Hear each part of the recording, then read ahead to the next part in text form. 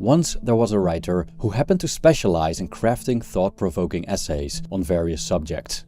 Through hard work and seemingly endless creativity, she managed to publish numerous pieces that captivated her readers. However, one day, she found herself in a creative slump, unable to find any inspiration for her next writing endeavor. She contemplated different topics, but none seemed to resonate. She scoured her bookshelves and searched the internet, but to no avail. A sense of panic crept in, as she feared she had exhausted her ideas or fallen victim to writer's block. Yet, after taking a deep breath, she made the conscious choice to let it go for a while and divert her attention to other pursuits. Strangely enough, while strolling through a serene forest, without any intention of conjuring up a subject or even thinking about her writing aspirations, an idea unexpectedly came to mind.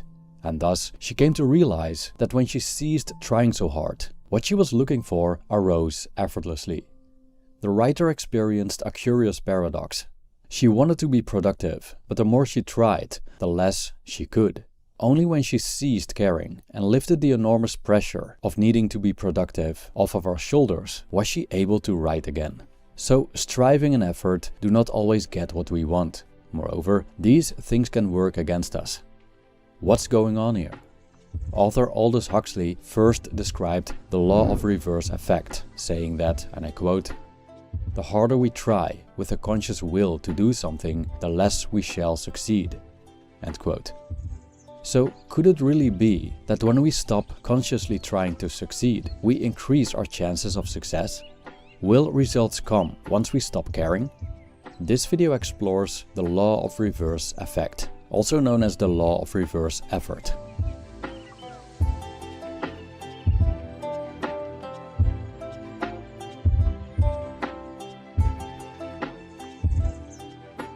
Long ago in ancient China, a merchant met a sage he heard was one of the wisest people alive.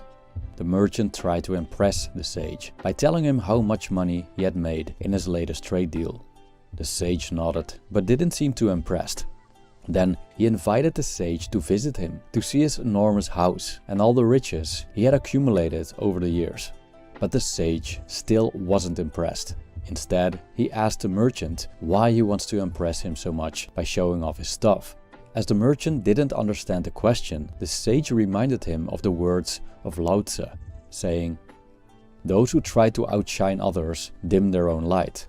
Those who call themselves righteous can't know how wrong they are. Those who boast of their accomplishments diminish the things they have done." End quote.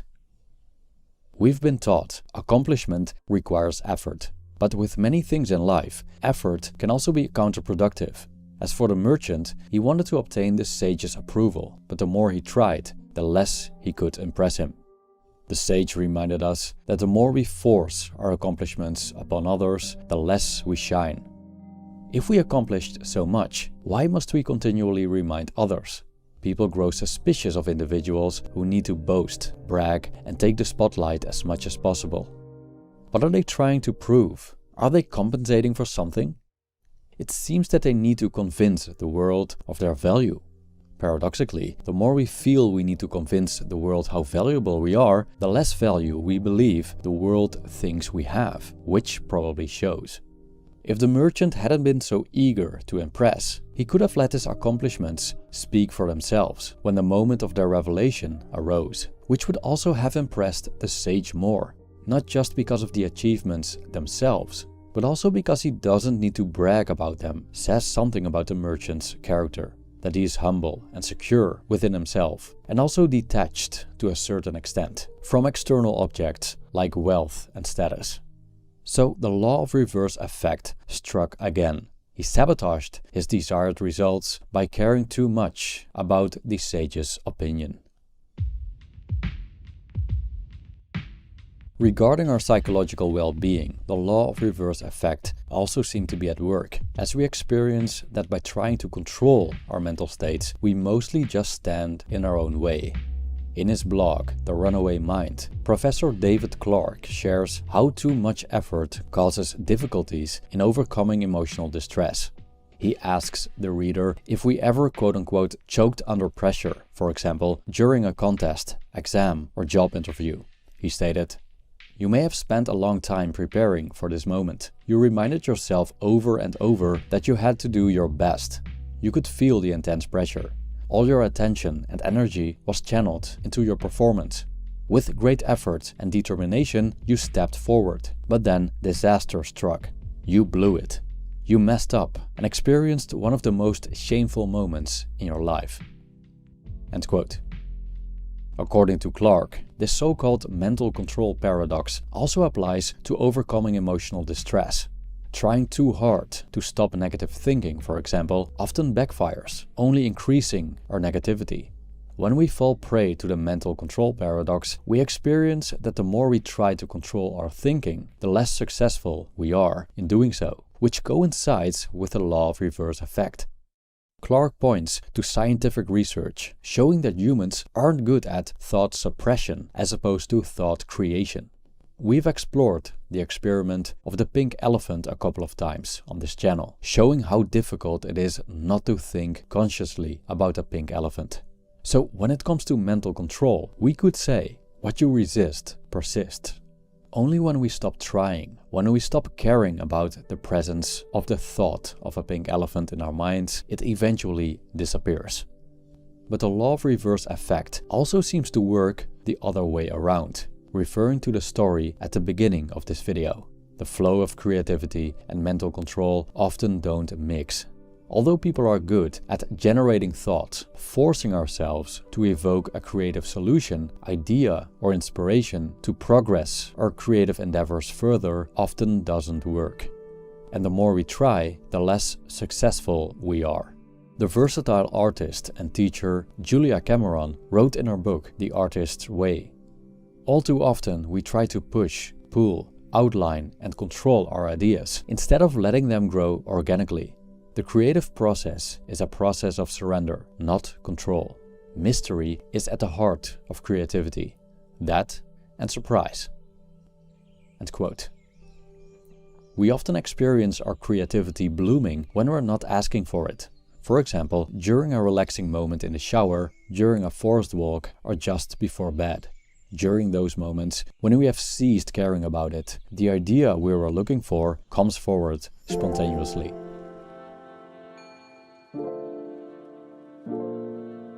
The ancient Taoists observed that when we're too occupied with the outcome, we're likely to sabotage our performance. The story in the Taoist scripture Zhuangzi about a nervous archer who shot perfectly during practice but couldn't perform during a tournament when competing for a prize shows how caring too much about the results works against us. When we care too much about the outcome, whatever we're doing, we feel tense. Even though we're usually perfectly able to perform the task, a sense of emergency is involved. Our minds are occupied with the future and may even dwell in the past, contemplating, for example, past mistakes. We're not present. We might believe that the more we worry about the task and its consequence, the more control we gain and the more chance we have to succeed. But the opposite is true.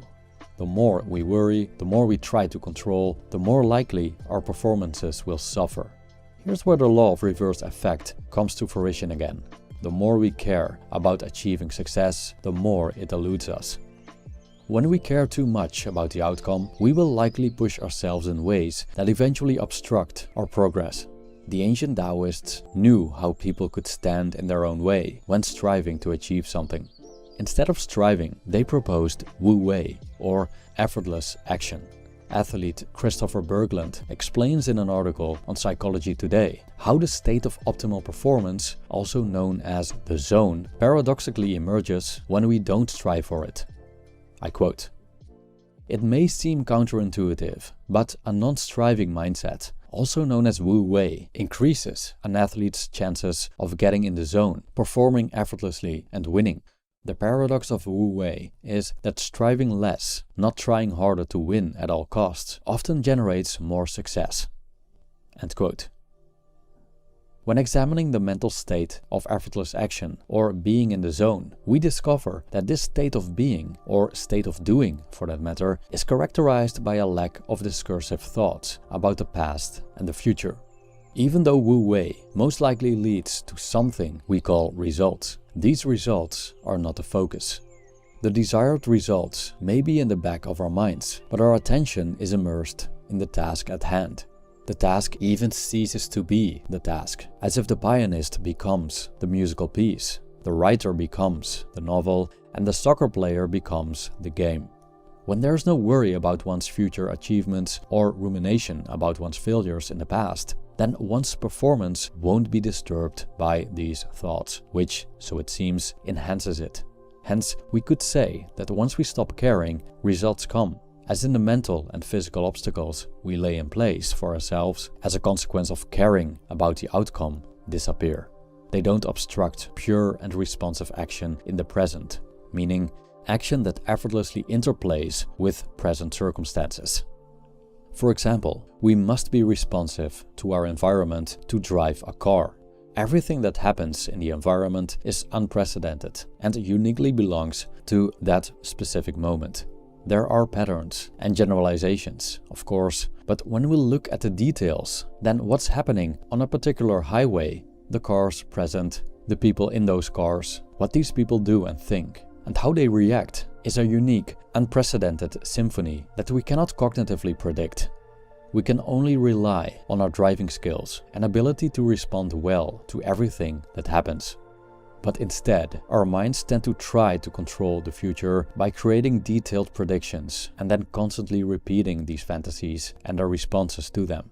But when the moment we have prepared ourselves for arrives, we find out that our detailed blueprints have become pretty useless. Moreover, all these thoughts and mental preparations prevent us from responding to what's actually happening. If we let go of this firewall of thoughts, we create space to let the environment come in, so we can respond to what happens instead of what we think would happen.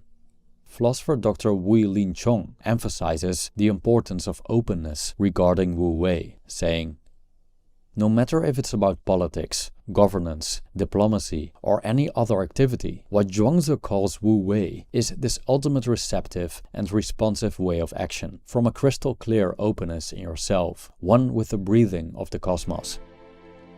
End quote.